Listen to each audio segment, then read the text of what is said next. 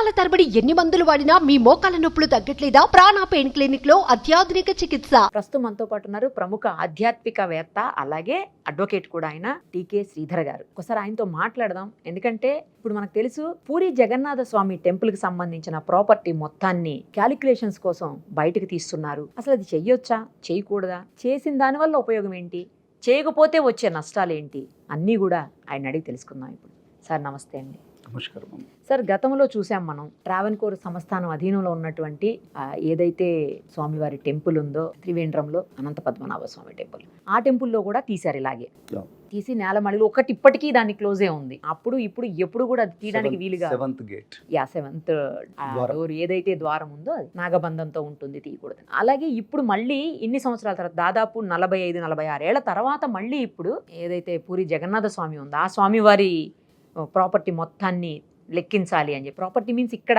పర్టికులర్గా ధనం అని కాదు కానీ నగలు అని చెప్పాలి మనం, అవన్నీ లెక్కించాలి అని. సో అది చెయ్యొచ్చా, అసలు చెయ్యకూడదా, ఏంటి ప్రాబ్లం? కొంతమంది చెయ్యొచ్చు అంటున్నారు, కొంతమంది చెయ్యకూడదు అంటున్నారు. అంటే నేను లీగల్గాను అడుగుతున్నాను, సేమ్ టైము సెంటిమెంటల్గా కూడా అడుగుతున్నాను. పూరి జగన్నాథ ఆలయం అనేది ఒరిస్సాలో ఉంది. మన గ్రాంధిక పరిభాషలో చెప్పాలంటే ఒరిస్సాకి ఒడియా అని ఓడ్రేవు అని దాని పేరు. ఓకే. కళింగ దేశం అని చెప్పి మనం మౌర్య డైనాసిటీ లోపల అశోకుడు దండెత్తుతాడు కళింగ రాజు. ఆ తర్వాత కళింగని విధ్వంసం చేశాడు. ఆ కళింగ ప్రాంతం అనేది మనం మొదలు తెలుసుకోవాలంటే అక్కడ ఎవరు రాజులు పరిపాలించారు. సో ఆ తర్వాత ఎప్పుడైతే మౌర్య సామ్రాజ్యం విచ్ఛిన్నమైందో ఆ తర్వాత వచ్చిన రాజులందరూ కూడా చాలా చిన్న చిన్న రాజులు పరిపాలించారు. అనంతవర్మన్ గంగచోడ అనే అతడు 12th సెంచరీ రాజు. అతడు కొడుకు ఏంటంటే అనంగ భీమదేవ అనేవాడు. వీళ్ళందరూ కూడా ఈ పూరి జగన్నాథ ఆలయాన్ని నిర్మించారు. 216 ఫీట్ ఉన్న టెంపుల్ 10 ఏకర్స్లో స్ప్రెడ్ అయి ఉంటుంది. అయితే ఇక్కడ మనం చూడవలసింది ఏంటంటే ఈ పూరి జగన్నాథం అనేది ఒక గొప్ప వైష్ణవ క్షేత్రం. మనకి ఇప్పుడు బద్రీనాథ్ క్షేత్రం హిమాలయాల్లో, తూర్పునేమో పూరి జగన్నాథుడు, దక్షిణానేమో శ్రీరంగనాథుడు, అలాగే మన పశ్చిమ దిశకు ద్వారకాధీశుడు. ఈ 4 నాథులు భారతదేశాన్ని రక్షిస్తున్నారని ఒక నమ్మకం. అత్యంత ముఖ్యమైన ఆలయం పూరి జగన్నాథుడు. ఈ విశ్వానికంతా కూడా అతడే జగన్నాథుడు, ఈ జగమునకు నాథుడు. ఇది ఒక విశ్వాసం. ఇంద్రద్యుమ్నుడు అనే రాజు మనం భాగవతంలో చూసుంటాం. ఎవరు?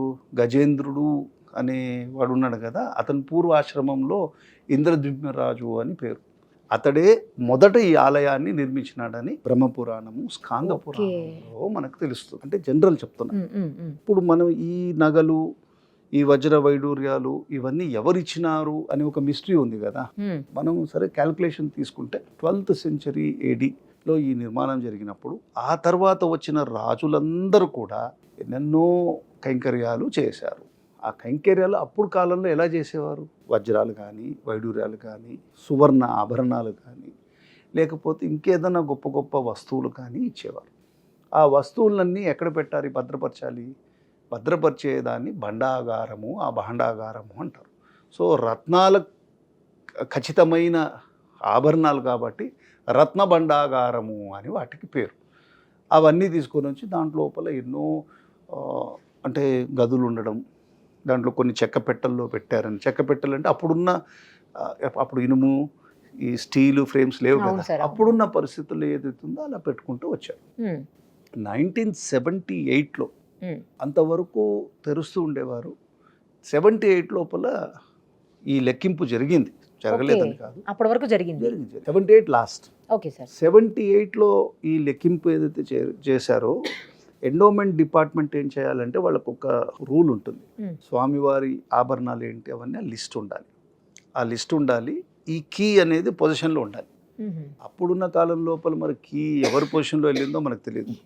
ఇంకో కీ మాత్రం ట్రెజరీ డిపార్ట్మెంట్ దగ్గర ఉంది, ఈ కీ వీరి దగ్గర ఉంది. ఈ స్టేజ్ లోపల ఇది ఓపెన్ చేస్తే నాగబంధం ఉందని, పాములు ఉన్నాయని, అవును సార్. లేకపోతే ఇతరత్ర మంత్రశక్తుల ద్వారా ఇదవుతుంది అనేది ఒక నానుడి. ఇంకో పక్కన ఏంటంటే అక్కడ పాములు ఉన్నాయో లేదో తెలియదు, కానీ ఆ ఇచ్చిన లిస్టు లోపల ఏదో మోసం జరిగింది, స్వామివారికి సంబంధించిన ఓహో. ఈ బంగారు ఆభరణాల విషయంలో కానీ ఏదో కొట్టేశారు అని. ఇప్పుడు మనం చూస్తున్న వెలికి తీసిన విషయాల్లో ఎవరెవరు ఊహిస్తున్న దాని ప్రకారం 100 కేజీల బంగారం ఉందని, స్వామికి రత్నాభరణాలు ఉన్నాయని, ఇంకా ఏదేదో కానుకలు ఇచ్చినాయని ఉన్నాయంటున్నారు. 100 కేజీలు బంగారం అంత పెద్ద పూరి ఆలయానికి 100 కేజీలు అంటే కేజీ ఇప్పుడున్న లెక్క లోపల కన్జర్వేటివ్ ఎస్టిమేషన్ ఇప్పుడు తీసుకుంటే 70 లక్షలు. అవును sir. 70 into 100 what is the value? Maybe around 7 crores or 700 అవుతుంది. 700 or whatever is the account. లెక్కేసి చూద్దాం.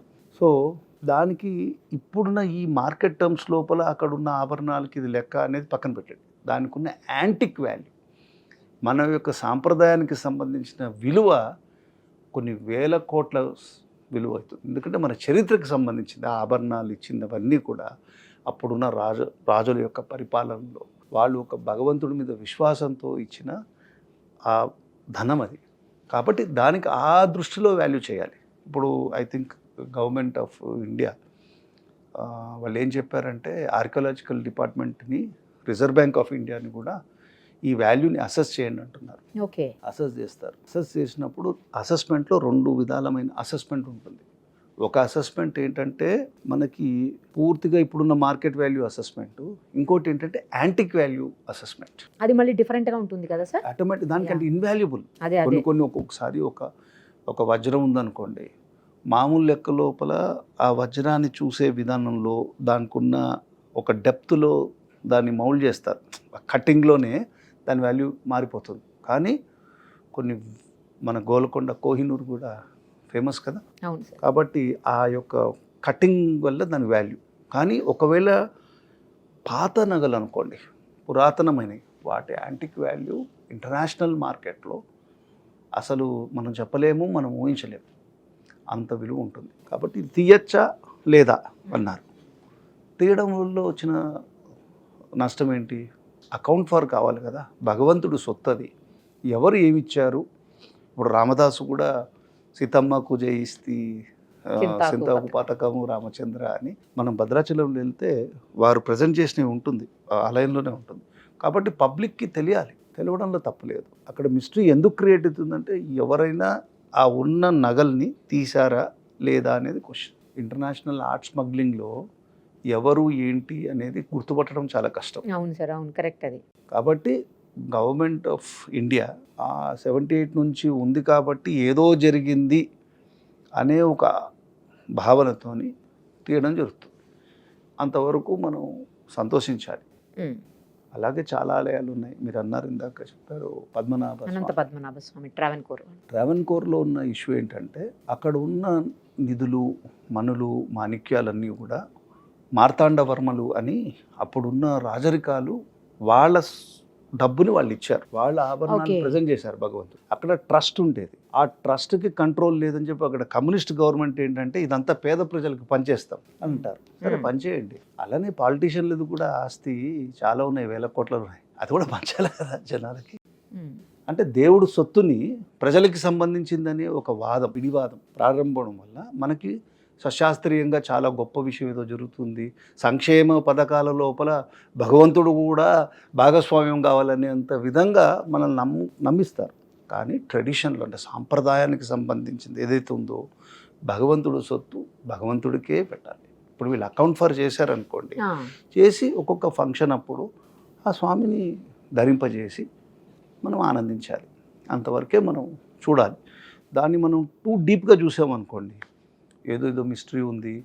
అంటే భగవంతుడు ఇప్పుడు పూరి జగన్నాథుడు నాగబంధం వేశారు, ఆ నాగబంధంలో ఎవరో ఎస్పీ కూడా లోపల వెళ్ళినప్పుడు అతను సఫకేషన్ ఫీల్ అయ్యాడు. అవును సార్. ఒక 70 ఏళ్ల నుంచో 40 ఏళ్ల నుంచి ఒక గది తలుపు తీయకుండా ఉండి లోపలికి వెళ్తే ఎలా ఉంటుంది పరిస్థితి ఎలా ఉంటుంది. తర్వాత పాములు అంటారా, సర్పాలు, దేవసర్పాలు వచ్చినాయంటే దేవసర్పాలు ఉండవచ్చు. ఇంత పెద్ద విశ్వంలో ఎన్నో అనేక కోటి జీవరాశులు ఉన్నాయి. కాబట్టి అది దేవసర్పాలు ఉన్నాయా లేవా, అవి వచ్చి ఇక్కడ రక్షిస్తున్నాయి, ఇవన్నీ ఏంటంటే ఒక అనవసరమైన ఒక ఊహకు దారితీస్తుంది. అంటే వీళ్ళు ఏదో దాంట్లో ఉన్న ధనాన్ని తీసేసి ఎవరో ఇలాంటి కల్పితాలు చెప్తున్నారు, రీజన్కి అందట్లేదు కదా అనే దృష్టిలో వస్తుంది. కాబట్టి చేసేవాడికి అనుమానం పెరుగుతుంది, ఏమో జరుగుతుంది, మనం ఏదో చూడాలి. హిస్టారికల్గానే మనం చూద్దాం. ఇది అక్కడికి ఇంద్రద్యుమ్నుడి వరకు, భాగవతం స్టేజ్ వరకు మనం వెళ్ళనక్కరే. 12th century నుంచి దీని హిస్టరీ తీసుకుంటే అనేక మంది రాజులు ఇచ్చిన అకౌంట్ ఫార్ అవుతుంది. అవి ఉన్నాయా లేదా అని చెక్ చేసుకోవాలి. కానీ వారేమి ఇచ్చింది అనేది లిస్ట్ ఎక్కడుంది?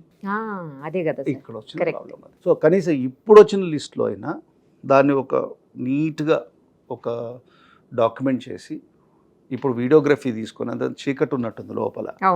ఇప్పుడు మళ్ళీ ఏమవుతుందో అది కూడా మనం చెప్పలేము. సో ఒక చిన్న ఆభరణం వెళ్ళినా వర్త్ అబౌట్ కొన్ని క్రోర్స్. Correct sir, correct.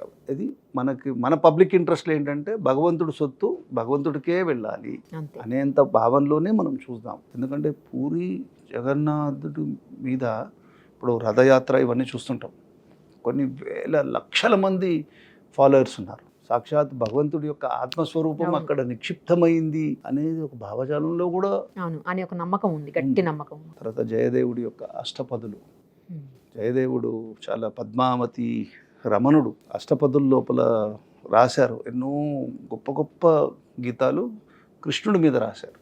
కాబట్టి ఈ జగన్నాథుడు అంటే ఆయన రథంలో వచ్చాడు అంటే అర్థం ఏంటంటే తిరుమలలో కూడా ఎలాగా ఉత్సవాలకి పరమాత్మ బయటకు వస్తాడో, భగవంతుడు తాను ఉన్న స్థానం నుంచి ప్రజల వద్దకు పాలనలాగా బయటకు వస్తున్నాడు. అంటే ఇంతకుముందు ఆలయ ప్రవేశం లేని వారికి కూడా తనకు తానే బయటికి వచ్చి ఒక భాగ్యం కలిగిస్తున్నాడు. ఆ దృష్టిలో ఆ సమయంలో భగవన్ దృష్టి వారి మీద పడినా, వారి దృష్టి భగవంతుడి మీద పడినా వారికి ఎంతో శుభం జరుగుతుందని చెప్పి ఈ ఉత్సవాలు జరుగుతాయి. పూరి జగన్నాథుడు కానీ ఏ రథయాత్ర అయినా దాని మీనింగ్ అది. అంత గొప్ప ఆలయంలో హిందూయిజానికి సంబంధించిన విషయంలో ఏమైంది, ఒక విధంగా యాంగిల్ ఎలా క్రియేట్ చేస్తారంటే నాగబంధాలు నమ్ముతారు వీళ్ళు, ట్రెజర్స్ గురించి వెళ్తున్నారు, భగవంతుడి విషయం నుంచి మేము వీళ్ళకి భక్తి లేదు అని భావన ఉంది.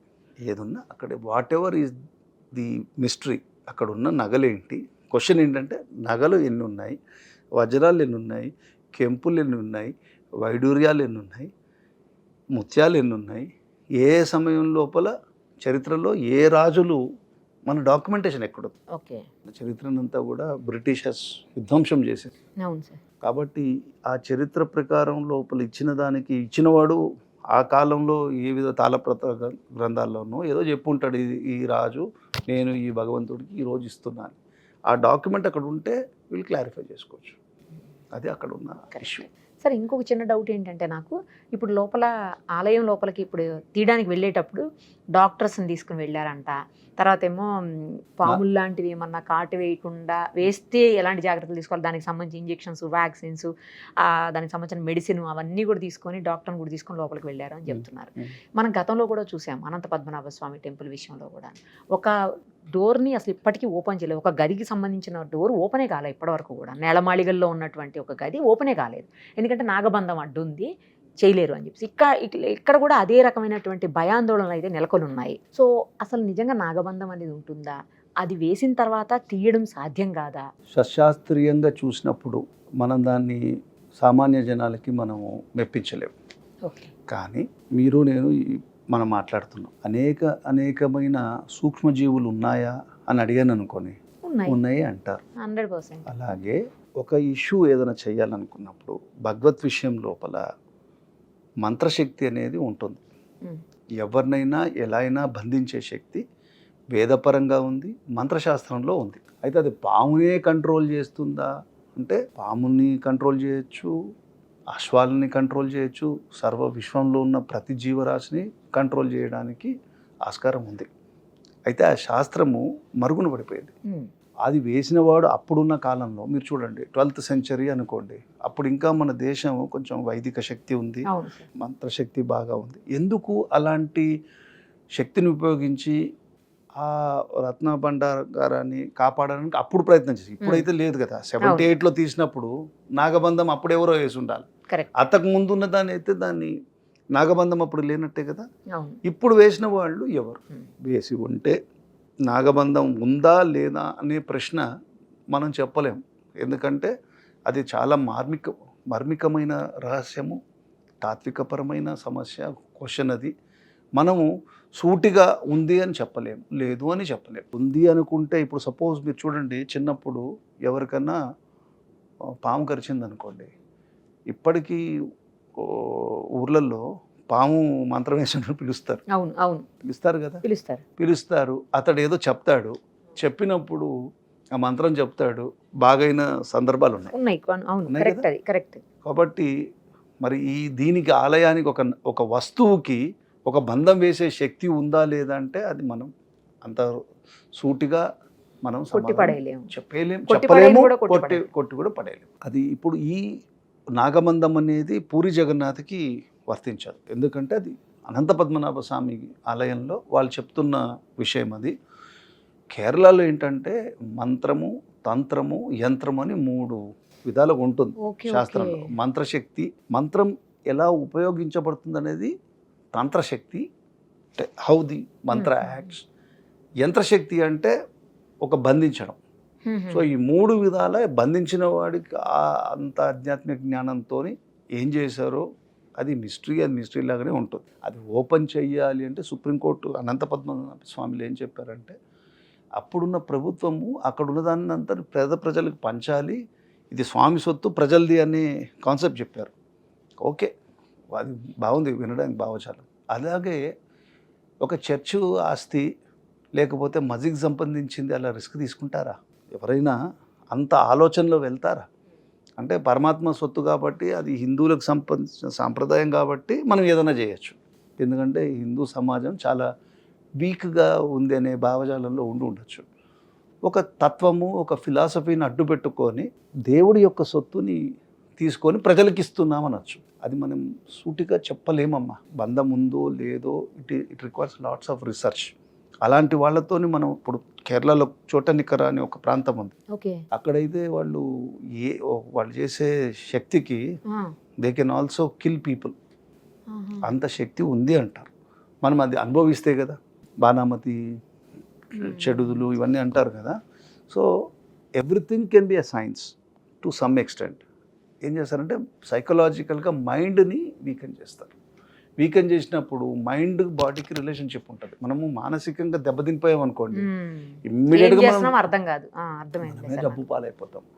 కాబట్టి అది ఒక సైకలాజికల్ ఇది. కానీ ఇక్కడ బంధం ఉంది అని చెప్పారు. 2 విషయాలు.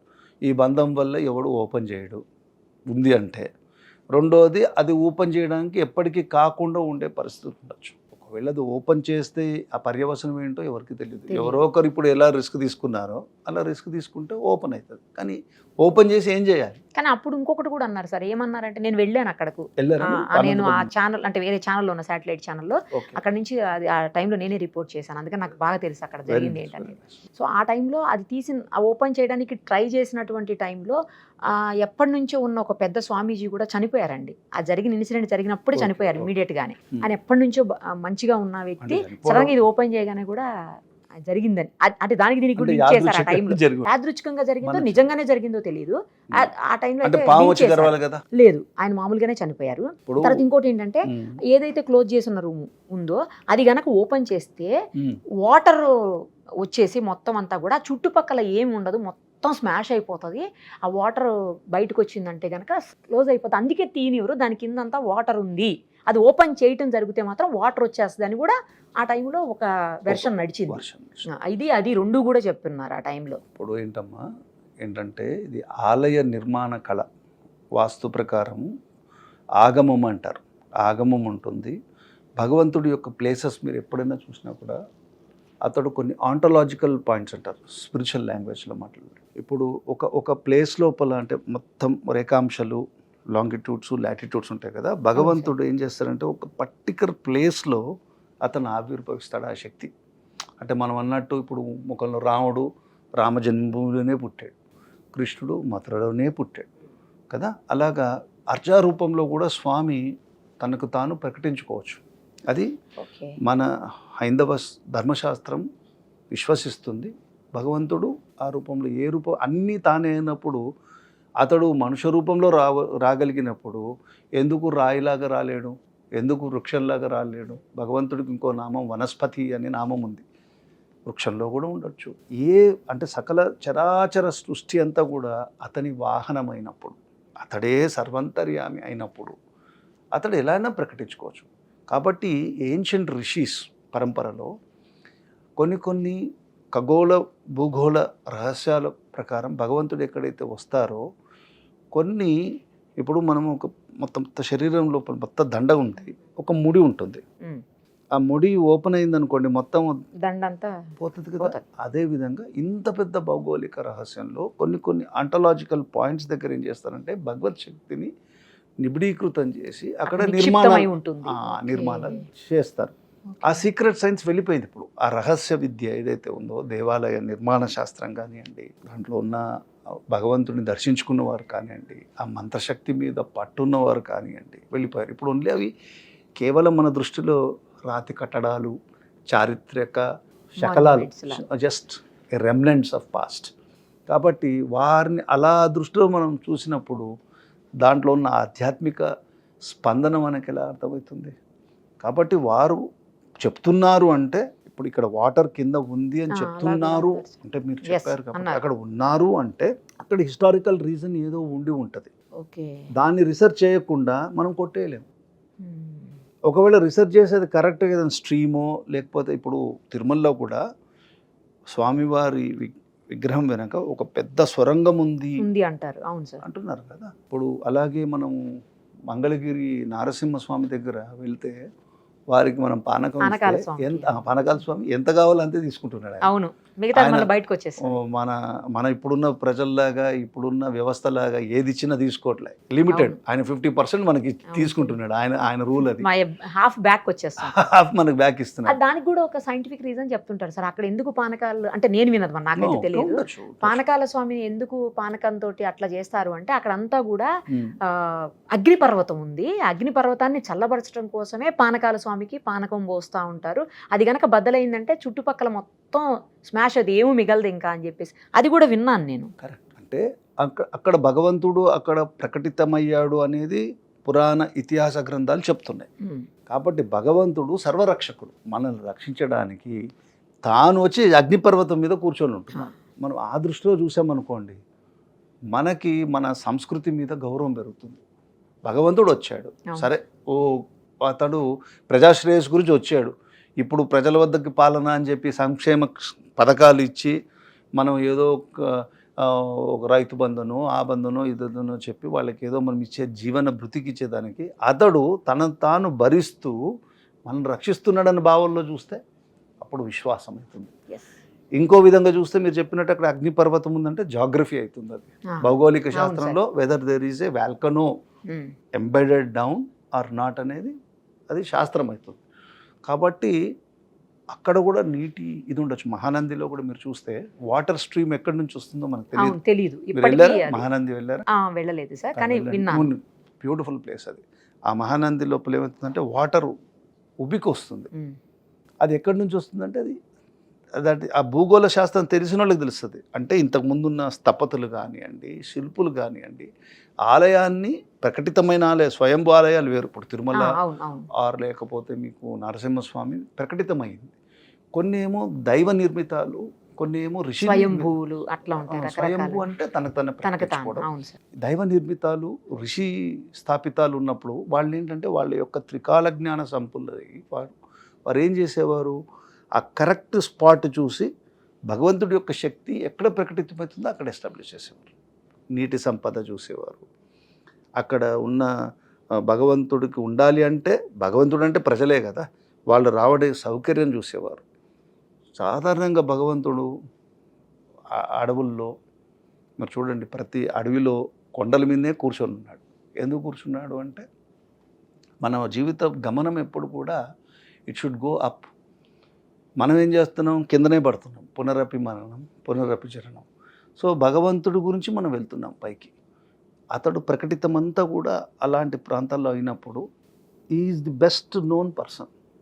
కొన్ని వేల జలపాతాలు ఉన్నాయి తిరుమలలో. మనం వెంకటాచల ఇతిహాసమాల చదివినప్పుడు మనకు తెలుస్తుంది కొన్ని వందల వందల వందల సెలయర్లు ఉన్నాయి. కాబట్టి మనకి ఓన్లీ ఒక కొంతవరకే మనం చూడగలుగుతున్నాం, కొంతవరకే తెలుసుకుంటున్నాం. దాని డెప్త్గా పోయి ఒక రీసెర్చ్ ఓరియంటెడ్ వెళ్తే విషయం వేరు. కానీ విశ్వాసంగా ఋషులు చెప్పిన పురాణ ఇతిహాస గ్రంథాల్లో ఏదైతే నిక్షిప్తమైందో దాన్ని నమ్మడం వల్ల వచ్చిన నష్టం లేదు. కరెక్ట్ అంతవరకే. అది నమ్మి ఓకే ఇక్కడ ఉంది, తుంబుర తీర్థం, కుబేర తీర్థం, కొన్ని తీర్థాలు ఉన్నాయి, ప్రతిదీ అక్కడ మెన్షన్ అయ్యి ఉంది. మెన్షన్ అయిన దాన్ని మనం నమ్మాలి కదా.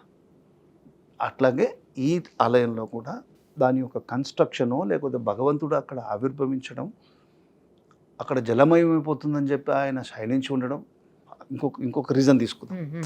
నేను కొంచెం భక్తి రసంలోనే కొంచెం మీరు అనుకోండి ఏదో సార్ చెప్తున్నారు అనుకున్నా పర్వాలేదు. భగవంతుడు ఎప్పుడు కూడా విష్ణు క్షీరోబ్ది శయనుడు. సో నీరు నారాయణుడు అంటే కూడా పదము జలం. జ అంటే సృష్టి అని, లా అంటే లయం అని, దానే జలం అని అర్థం. జలాది శయనుడు కదా పరమాత్మ. కాబట్టి ఆ జలం ఎక్కడుందో అక్కడ అనంత పద్మనాభుడై నిద్రిస్తున్నాడు అని అనుకోండి. Why don't you take from that angle? కాబట్టి వాళ్ళు డీకోడ్ చేయలేకపోయిండొచ్చు. అంత మాత్రం చేత అది మనం కొట్టి పడేయలేము. అతను చనిపోయింది మాత్రం నాగబంధంలో చనిపోయడం లేదో నేను చెప్పలేను. నాగబంధం లోపల చనిపోయి ఉండకపోవచ్చు. It may be heart attack or ఎక్సైట్మెంట్లో కూడా మనిషి చనిపోవచ్చు. కానీ అంతకుముందు ఓపెన్ చేసిన ప్రతిసారి కూడా ఎవరో ఒకరు చనిపోయారంట సార్. అట్లానే ఫియర్, భయం. ఇప్పుడు ఒక మిస్ట్రికల్, ఇప్పుడు సునీత విలియమ్స్ మొన్న స్పేస్కి వెళ్ళారు. ఇంతకుముందు మనం గాయత్రి మంత్రం తీసుకున్నాం అనుకోండమ్మా, దాంట్ లోపల ఎన్నెన్ని లోకాలు ఉన్నాయో స్పష్టంగా చెప్పారు. బలి అవతారం తీసుకోండి, బలి చక్రవర్తిని అని చేశాడు వామనుడు. ఏనేని పైనున్న లోకాలు, అధో లోకాల గురించి వలన భాగవతంలో స్పష్టంగా ఉంది. ఒకవేళ ఈమె సునీత విలియమ్స్ ఇప్పుడు వెళ్ళి ఒక రాకెట్లో వెళ్ళారు. అంతకుముందు పుష్పక విమానంలో కానీ నారదుడు త్రిలోక సంచారి అని పేరు. అవును. అంటే దేర్ వాజ్ ఎ టెక్నాలజీ. వారు ఎక్కడ నుంచైనా ఎక్కడికైనా మేనిఫెస్ట్ అయ్యే టెక్నాలజీ ఉంది అని మనం అర్థం చేసుకోవాలి. లేదా దేర్ ఈజ్ ఒక అర్త్ ఉందనుకోండి. ఇప్పుడు మనం ఇప్పుడు బద్రి కింద కొన్ని లోకాలు ఉన్నాయని అంటున్నారు. అవును. అంటే లోకాల ఫార్మేషన్లో దేర్ ఈజ్ సమ్ ప్లేస్. వాళ్ళకి తెలిసి ఒక స్వరంగ మార్గము లేకపోతే ఏదో ఒక టెక్నాలజీ వాళ్ళకి తెలుసు, అందుకు వాళ్ళు రాగలుగుతున్నారు. ఆర్ వాళ్ళు మేనిఫెస్ట్ అయ్యి రాగలగాలి. ఆ శక్తి ఉందో లేదో అది యోగ ప్రక్రియ. ఇప్పుడు హిమాలయస్ అట్లాంటి ప్రాంతాల లోపల యోగానుయోగులు వాళ్ళు ఒక క్షణం లోపల వాళ్ళు రాగలుగుతారు. అది సైంటిఫికల్లీ ప్రూవ్, వాళ్ళు రాగలుగుతున్నారు. అట్లా అక్కడక్కడ మేనిఫెస్ట్ అయ్యే శక్తి ఉంది. ఒక యోగికి అంత శక్తి ఉంటే పరమాత్మకి ఎంత శక్తి ఉండాలి? అది అక్కడ విశ్వాసం అనేది రావాలి. ఆ విశ్వాసం సైన్స్ రెండు కాంట్రడిక్ట్ అయిందనుకోండి, science will only prove that existence of god is there. Big bang theory కానీ అన్ని థియరీస్లో ఇప్పుడు ఏం చెప్తుంది? ఏదో ప్రపంచాన్ని ఎవరో సృష్టి చేశారు, ఎవరో ఉన్నారు, ఆ ఎవరు గాడ్ అని చెప్పి మన సంస్కృతి చెప్పేస్తుంది. కానీ మనం ఏమంటున్నాము, ఆ గాడ్ని కూడా మనం కనుక్కుంటామంటున్నాం. కనుక్కున్నాడు, ఈ రూపంలో ఉన్నాడని చెప్పేసినాం మనం. అది మనం వింటలేదు. సైంటిఫిక్గా ఎవరో ఐన్స్టీనో లేకపోతే ఇంకొక శాస్త్రవేత్తనో లేకపోతే బిగ్ బ్యాంగ్ థియరీ కనుక్కున్న వాళ్ళు చెప్తే ఓహో ఇలా ఉన్నాడా అని అనుకుంటున్నాం. కానీ మన పూర్వీకులు, మన ఆచార్యులు, ఆ ధర్మంలో ఉన్నవారు, అనుష్ఠానంలో ఉన్నవాళ్ళు, కాలజ్ఞాన సంపన్నులు అందరూ కూడా దర్శించినారు కదా. భగవంతుని దర్శించిన వాళ్ళు ఉన్నారు. ఎందుకు ఈ మధ్య కాలంలో మనం కనకదాసు అని ఒక గొప్ప భక్తుడు ఉడిపి క్షేత్రానికి వెళ్తాడు. అతడు నిమ్నకులానికి చెందినవాడు. ఆలయ ప్రవేశం ఉండదు. పైకి వెళ్ళి భగవంతుని అతడు ప్రార్థిస్తాడు బయట నుంచే. ఇప్పటికీ మనకు ఉడిపి కృష్ణుడు అట్లా తిరిగిపోయి ఉంటాడు. అంటే 500 years బ్యాక్. అంటే చరిత్ర చెప్తుంది. అది కాలక్రమేణా ఏమవుతుంది, డాక్యుమెంట్ కాలేదనుకోండి, అది నానుడిలాగా అయిపోతుంది. ఓరల్ అంటే ఏదో మౌఖికంగా అందరూ మాట్లాడుకున్న దాంట్లో ఇది అవిశ్వాసము. అందులో డాక్యుమెంట్ లేదు కాబట్టి అవిశ్వాసం జరిగిందో లేదో అని అది అపోహకి, అపనమ్మకానికి దారితీస్తుంది. కాబట్టి మనం మన సంస్కృతిని రక్షించుకోవాలంటే అంటే మనం ఒక రీసెర్చ్, ఒక విశ్వాసాన్ని డెవలప్ చేసుకోవాలి. భగవద్భక్తి డెవలప్ చేసుకుంటే ఇవన్నీ స్మాల్ ఇష్యూస్ అయిపోతాయి. అది నేను చెప్పదలుచుకుంది. చాలా మంచిగా చెప్పారు సార్. కానీ ఏదైనా ఈ భక్తి కావచ్చు, లేకపోతే దేవుడి విషయాలు కావచ్చు, లేకపోతే ఆధ్యాత్మిక సంఘటనలు కావచ్చు, లేకపోతే ఇప్పుడు మనం మాట్లాడుకున్న లాంటివి కావచ్చు, ఇవన్నీ కూడా వన్స్ ఓన్ ఫెయిత్ సార్. ఎవరి నమ్మకం వాళ్ళది, కాదని ఎవరు అనలేము. నమ్మకం ఉండాలి. ఇప్పుడు విశ్వాసం ఇక్కడ ఎవరి నమ్మకం వారిది ఈజ్ వన్ థింగ్. ఒక వంశక్రమంలో, ఒక ఆచార్య పరంపరలో, ఒక భక్తి భావనలో ఉన్న ఒక మతానికి మనం చెందినప్పుడు ఇట్ కెనాట్ బి, అంటే ఇండివిజువల్ నమ్మకం ఉండకూడదు అక్కడ. ఇట్స్ ఏ ఆ రిలీజన్ అనేది ఏంటి, ఆ మతాన్ని నువ్వు విశ్వసిస్తున్నావు అన్నప్పుడు అక్కడ మన వ్యక్తిగతమైన ఒపీనియన్ ఉండకూడదు. ఇప్పుడు సపోజ్ క్రైస్ట్ ఇక్కడ జన్మించాడు అని బైబిల్లో చెప్పారు, లేకపోతే చెప్తారనుకున్నప్పుడు అన్యమతస్థుల్లో ఉన్నవారు ఎంత గొప్పగా ఆ గ్రంథాన్ని నమ్ముతున్నారో అక్కడ వారు ఏం చెప్పట్లేదే, మా నమ్మకం అని చెప్పట్లే, ఇలానే జరిగింది అంటున్నారు. మొహమ్మద్ ప్రాఫెట్ ఇచ్చిన ఖురాన్, ప్రవక్త ఇచ్చిన ఖురాను కరెక్ట్ అనుకున్నప్పుడు దాన్ని వాళ్ళు క్వశ్చన్ చేయట్లేదే, అక్కడ సైన్స్ అడ్డు రావట్లేదు. కానీ మన హైందవ సమాజంలో మాత్రమే ఈ రెండు వ్యూస్ వస్తున్నాయమ్మా. కాబట్టి విశ్వాసం పెట్టుకుంటూ ఇన్వెస్టిగేట్ చేయండి, తప్పులేదు కదా. కానీ మొదలే నాకు I have got a right of scientific view అంటూ ఉన్నది. ఇప్పుడు అక్కడ డైమండ్ ఉంది, అది డైమండ్ అని పెద్దలు చెప్పారు, మన దృష్టిలో అది చిన్న రాయి అనుకున్నాం అనుకో, what is the use of that wisdom? So ఆ విజ్డమ్ ఆఫ్ నోయింగ్ గాడ్ అంటే ఏంటి, ప్రపంచాన్ని గురించి మొత్తం ఉన్న ఇన్ఫర్మేషన్ ఒక కంప్యూటర్ చిప్ లాంటి దాంట్లో ఉంది. దాన్ని మనము భగవంతుడు ఉన్నాడో లేడో అవన్నీ ఎందుకు, మేము శాస్త్రీయంగానే చూస్తామని చెప్పి you are losing that legacy. అది తప్పు. నీ లెగసీని కంటిన్యూ చేస్తూ దాన్ని క్వశ్చన్ చేద్దని ఎవరు చెప్పలేదే. విశ్వాసంలో ఉన్నప్పుడు క్వశ్చన్ చేసేది ప్రశ్న ఉపనిషత్తు అని ఒక ఉపనిషత్తే ఉంది మనకి. అసలు ప్రపంచం ఎక్కడికి వెళ్ళి పుట్టింది అనే ప్రశ్న నుంచి ఎలా సమాధానాలు చెప్పారు ఆచార్యులు. ఉపనిషత్తుల లోపల ఎన్నెన్నో రహస్యాలు ఉంది. అసలు భగవంతుడు ఎలా ఉన్నాడు, అసలు రూపం ఉందా లేదా, ఈ చర్చలన్నీ ఇప్పుడు చేయడం కాదు. ఎప్పుడెప్పుడో మన ఆ ఋషి పరంపర అంతా కూడా దాన్ని డిస్కస్ చేసింది. దాని గురించి మనం ఎందుకు మాట్లాడట్లేదు? వాళ్ళు కనుక్కున్నది మీకు చెప్తాను. వాగ్భటాచార్యులు అని చెప్పి ఒక గొప్ప వైదిక ఋషి ఉన్నారు. వారు చేసిన రీసెర్చ్ మెటీరియల్ పరిశోధన అప్పుడు వారు చెప్పింది ఇప్పుడు మనం కనుక్కుంటున్నాం. మనం ఇప్పుడు వీళ్ళు చెప్తే కానీ దాన్ని మనం ఒప్పుకోవట్లేదు. కానీ ఒక్క నిమిషం మనం ఆలోచించి అది మనం తెలుసుకొని ఉంటే ఒక హ్యాపీనెస్, ఒక క్రికెట్లో ఒక పాకిస్తాన్ మీద గెలిస్తేనో లేకపోతే మొన్న T20లో గెలిస్తే మనం ఎంత ఆనందపడుతున్నామో, ఒక కల్చరల్ రిజనవేషన్లో మన దేశ సంస్కృతి ఇది అని తెలుసుకొని ఆ దృక్పథంలో చూడండి మనం ఎంత ఆనందం వస్తుంది, ఎంత సుపీరియారిటీ కాంప్లెక్స్ వస్తుంది చెప్పండి. ఓహో, మనం భారతదేశంలో ఉన్న ఋషి పరంపర అంతా కూడా వీఆర్ వరల్డ్ టీచర్స్, విశ్వగురువులము అనే భావనలో ఉండేదానికిను ఎవడో వచ్చి మనకు నేర్పించేదానికి తేడా లేదమ్మా. కాబట్టి every person has got right to have their own faith. They can preach and profess. Article 25, 26 ఏం చెప్తుంది? Preach, profess and practice. Practice what? Preach what? Profess what? So what ever is existing the past తెలుసుకోకుండా you cannot preach, Nar practice, Nar profess. కాబట్టి ఏమవుతుంది, ఎవరైతే అది చూడని వారు, అనుభవించని వారు, we have our own right to have our view అంటే that is against to the shastras. శాస్త్రము అంటే the scientific coded knowledge. So మన సంస్కృతిలో ఏముంది అంటే, ఎందుకు చెప్తున్నానంటే దెర్ ఇస్ నో మిస్టరీ. రత్న భండాగారం ఓపెన్ చేయడంలో మిస్టరీ ఏం లేదు, అకౌంట్ ఫార్ చేస్తున్నారు అంతే. దాన్ని మనం ఆ దృష్టితోనే చూడాలి. అది చూడకుండా ఒక్క నిమిషం అటైనా అనుకోండి, ఇంటర్నేషనల్ ఎరీనాలు ఏమనుకుంటారంటే ఆ హిందూ సమాజానికి తెలివి లేదు, ఏదో ఇది వచ్చిందంట. They are trying to mystify చేసి ఏదో అడ్వాంటేజ్ తీసుకోవాలనే భావన వస్తుంది. ఇప్పుడు అయోధ్య తీసుకోండి మీరు. అయోధ్య రామ జన్మభూమి గురించి బీజేపీ పార్టీ కానీ, ఆర్ఎస్ఎస్ కానీ, విహెచ్పి కానీ ఎన్నో కష్టాలు పడి ఏదో కట్టారు. ఆ జిల్లా లోపల అయోధ్య ఎక్కడైతే ఉందో ఆ కాన్స్టిట్యున్సీలో పార్లమెంట్లో ఓడిపోయింది. దాని అర్థం ఏంటి? You have established historical process. కానీ ఆ జడ్జిమెంట్లో మీరు ఎస్టాబ్లిష్ చేయాల్సిందేంటి? ఎప్పుడు రాముడు జన్మించినాడు, జన్మించింది ప్రూవ్ చేస్తే కదా జన్మభూమి అయ్యేది. అవును. సో జన్మించింది ఎప్పుడు రాముడు? 200 కోట్ల సంవత్సరాల కింద జన్మించిన రాముడిని నువ్వు ఎస్టాబ్లిష్ చేయకుండా రామ జన్మభూమి ఏంటి? అర్థమైందా? అంటే supreme court had an opportunity, or all the scientist, అంత యూట్యూబ్ ఛానల్స్ అందరూ కూడా జడ్జిమెంట్ వరకు ఆగిపోయారు. Should have gone deeper and you should have analysed రాముడు వచ్చాడా లేదా. మన చరిత్రనే చెప్తుందిగా, అసబ్జాయి డైనాసిటీ లోపల అబుల్ హసన్ తానిషాకి దర్శనమిచ్చి రామనాణాలు ఇచ్చారు కదా ఈ మధ్యలో. అంటే అప్పుడు రాముడు ఇక్కడ వచ్చినట్టేగా. మరి ఆ రాముడు ఉన్నాడా లేదా అనేది అది ఎందుకు రీసెర్చ్ చేయలేదని అడుగుతున్నా.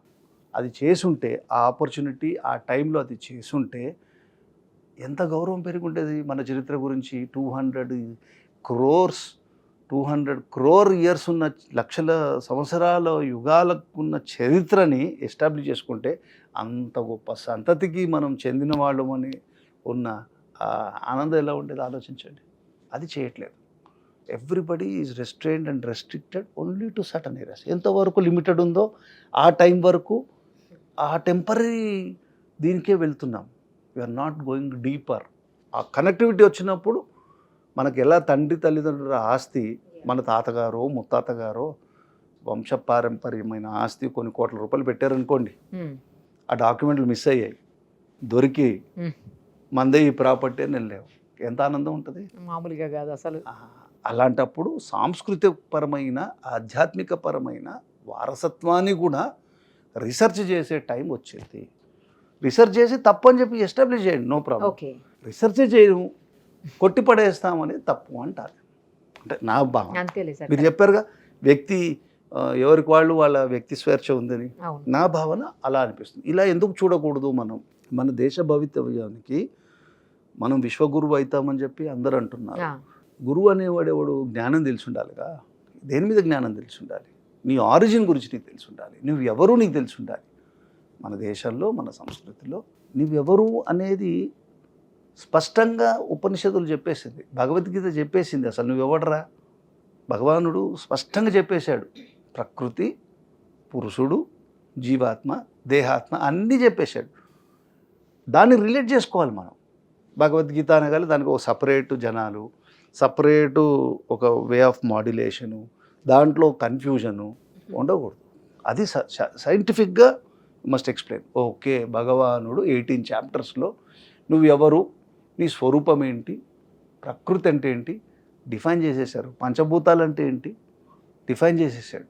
అసలు సృష్టి ఎక్కడికి వెళ్ళి ప్రారంభమైంది డిఫైన్ చేసేసారు. సైంటిఫిక్, అక్కడ సైన్స్ ఉంది. ఆ సైన్స్ చూడకుండా భగవద్గీతను కట్ ఆఫ్ చేసి బిగ్ బ్యాంగ్ థియరీలో ఉన్న సైంటిఫిక్ కాన్సెప్ట్స్లో చూస్తే భగవద్గీత వాల్యూ ఏం తెలుస్తుంది? అది నేను చెప్పేది. కాబట్టి ఆ జగన్నాథుడికి సంబంధించిన సొత్తు అంతా కూడా వాల్యూ చేయనియండి. అది ఆ వాల్యూ చేసిన దాన్ని ప్రిజర్వ్ చేయమనండి. మన చరిత్ర అది. ఆ చరిత్రలో ఆ భగవంతుణ్ణి దర్శించుకొని మళ్ళీ దాన్ని అతి జాగ్రత్తగా బండాగారంలో పెడతారో ఇంకెక్కడనే పెట్టినా కూడా కేర్ఫుల్గా పెట్టి దానికి ప్రొటెక్షన్ ఇవ్వమని మన వనవి. ఎన్ని డేస్ పడుతుండదు సార్ మొత్తం క్యాలిక్యులేషన్ అయిపోయి అంతా మనకు పర్ఫెక్ట్గా తెలిసేసరికి? మనకు తెలియదు కదా. ఇప్పుడు కొన్ని డేస్ పట్టచ్చు కదా, మినిమం 10 to 15 days అయితే పడుతుంది. ఎందుకంటే దాన్ని అక్కడికి వెళ్ళి మూవ్ చేయాలి కదా. ఆ చీకట్లో ఎలా చేస్తారు? చేయలేరు. కాబట్టి మూవ్ చేయాలి. మూవ్ చేసేటప్పుడు సెక్యూరిటీలో చేయాలి. ప్లస్ వాల్యూవర్స్ ఉండాలి. చాలా top valuers should come. Problem లైట్స్ బెట్ చేయొచ్చు కదా సార్ లోపల, కుదరదు. అక్కడ ఏముందో తెలియదు కదా, అది కూడా అక్కడ రిస్క్ తీసుకోకూడదు. అదే. అండ్ ఇంకోటి ఏంటంటే ఆర్కియలాజికల్ యాక్ట్ ప్రకారం లోపలున్న టెంపుల్ స్ట్రక్చర్ని టచ్ చేయకూడదు. ఓహో, అది it's offence against archaeological laws. Okay. అసలు మనం ఇప్పుడు అన్నీ చూస్తున్నాం కదా, అన్ని ఆలయాల లోపల ఇష్టం వచ్చిన లైటింగ్ పెడతారు. అలా పెట్టకూడదు. ఆలయ నిర్మాణ సభా మంటపం అని, తర్వాత భగవత్ ప్రాంగణం అని, గర్భగుడి అని ఇవన్నీ ఉంటుంది. అసలు గర్భగుడిలో భగవంతుణ్ణి ఆ దీపపు కాంతిలోనే చూడాలి. అంతేగాని ఆయన మీద ఫ్లాష్ లైట్లు పెట్టి మన సినిమాల లోపల పెట్టినట్టు పెట్టకూడదు. భగవంతుడు ఆ చీకటిలో నుంచి అంధకారాన్ని పారదోడడానికి వస్తున్న ఒక గొప్ప దర్శనం అప్పుడు కలుగుతుంది. ఒక ఆధ్యాత్మిక చింతన అప్పుడు వస్తుంది. అంతేగాని అతని మీద మనం లైటింగ్ పెట్టేసి చూడండి, మీరు ఆల్మోస్ట్ అన్ని పురాతన ఆలయాల్లో మనకు లైటింగ్ దొరకదు. అలాగే అదంతా కూడా చాలా గొప్ప ఇవి కదా, పురాతన కట్టడాలు. అక్కడ ఏదన్నా తవ్వకాలు అవన్నీ చేసినా కూడా ఆర్కియలాజికల్ డిపార్ట్మెంట్ ఓకే పర్మిషన్, అందుకనే చేయలేదు. అందుకనే వాళ్ళు సెన్సిబుల్గా అక్కడ నుంచి తీసి వేరే చోటికి తీసుకొని వెళ్తున్నారు. రైట్ సార్, వెయిట్ చేద్దాం ఏముంది, ఎంత ఉంది, ఎలా ఉంది, వస్తది. ఉందా అంటే లేదా అసలు. ఉంటుంది ఉంటుంది అదే తప్పకుండా ఉంటుంది. ఎందుకంటే రాజులు ఇచ్చింది ఉంది కదా. మధ్యలో మరి 78 తర్వాత తీసేస్తే ఎవరు తీసిన వాళ్ళు ఎవరు అనేది ఇప్పుడు ఎలా దొరుకుతుంది? ఇప్పుడు ఏ విషయమైనా కూడా కృష్ణుడు కూడా వెన్నెను దొంగతలించాడు. పట్టుకోవడానికి అప్పుడు ఉన్నోళ్ళు ప్రయత్నించారు. కొందరు పారిపోతుంటే కృష్ణుడు దడ్డి బాండు అని ఒకడు ఉంటాడు, వాడికి ఒక పెద్ద బాండం ఉంటుంది. ఆ బాండంలో పోయి దాచుకున్నాడు కృష్ణుడు. దొంగ దొరికాడు. దాని మీద ఎవరికి వచ్చినా కూడా వెన్న దొంగ నేను చేశానని నువ్వు చెప్పొద్దన్నాడు. విన్నాడు. బయటికి వాళ్ళందరూ వెళ్ళిపోయాక తీయమన్నాడు. నేను తీయను అంటున్నాడు దడ్డి బాండుడు. ఎందుకు తీయవు అంటున్నాడు. నువ్వు మళ్ళీ ఎప్పుడు దొరుకుతావు నాకు, ఇప్పుడు దొంగ దొరికావు నువ్వు, నాకు డీల్ అన్నాడు. ఏం డీల్ అంటే నాకు మోక్షమే అన్నాడు.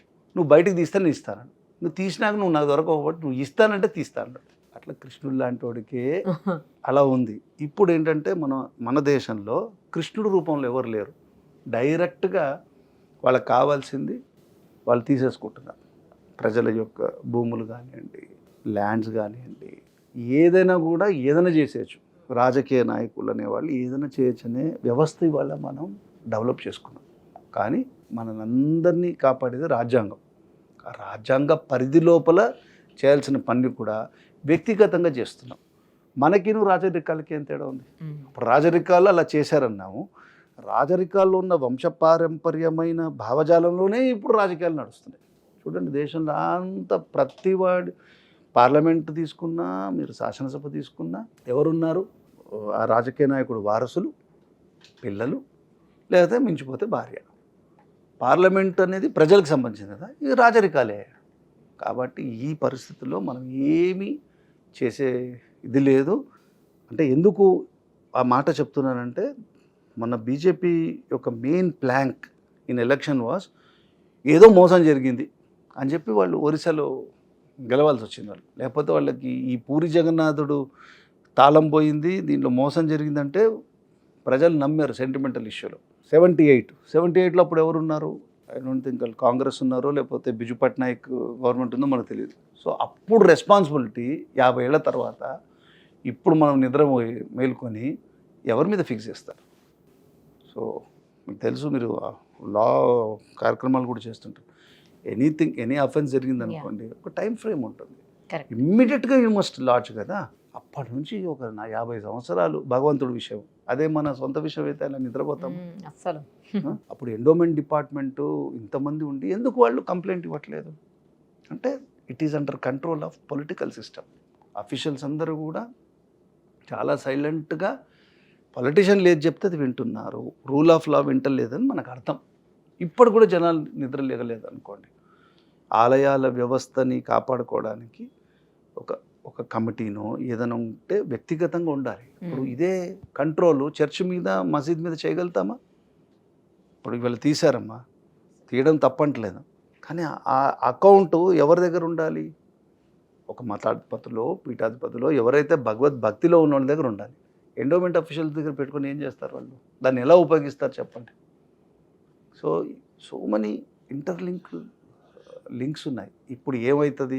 ఇప్పుడు దీని మీద కూడా ఎవరైనా అంటారు, ఆ నగలు వచ్చిన దాంట్లోకి సగం తీసేశారంటారు. అపవాద్ కృష్ణుడు లాంటి వాడికే సత్రజిత్తు శమంతకమణి గురించి అపవాదం వచ్చిందిగా. ఇప్పుడు వీళ్ళకి అపవాదం రాదని ఏం రూల్ ఉంది? So there is no end for ఒక మనిషిని మీద రాయి కొట్టడం పెద్ద కష్టం కాదు. మనకు కావాల్సింది ట్రాన్స్పరెన్సీ.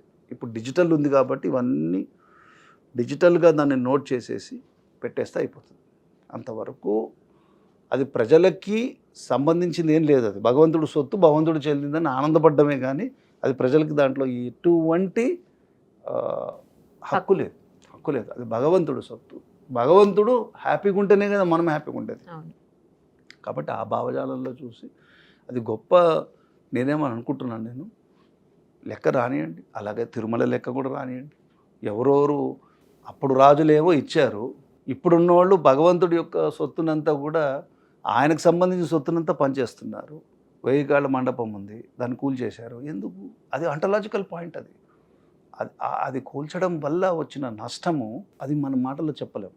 చెప్పినా కూడా అది అర్థం చేసుకునే పరిస్థితి ఉంటుంది. కాబట్టి ఆ ఋషి పరంపరని ధిక్కరించేంత ఆప్తవాక్యం, ఆ ఋషి వాక్యాన్ని మనం వెనక పోకూడదు, అంతవరకే చూడాలి. అది ఎందుకు మేము చేసి చూస్తామంటే చేసి చూడండి. Thank you sir, thank you so much. Suman టీవీలో మీ పర్సనల్ అండ్ బిజినెస్ ప్రమోషన్స్ కోసం కింది నెంబర్కి కాంటాక్ట్ చేయండి.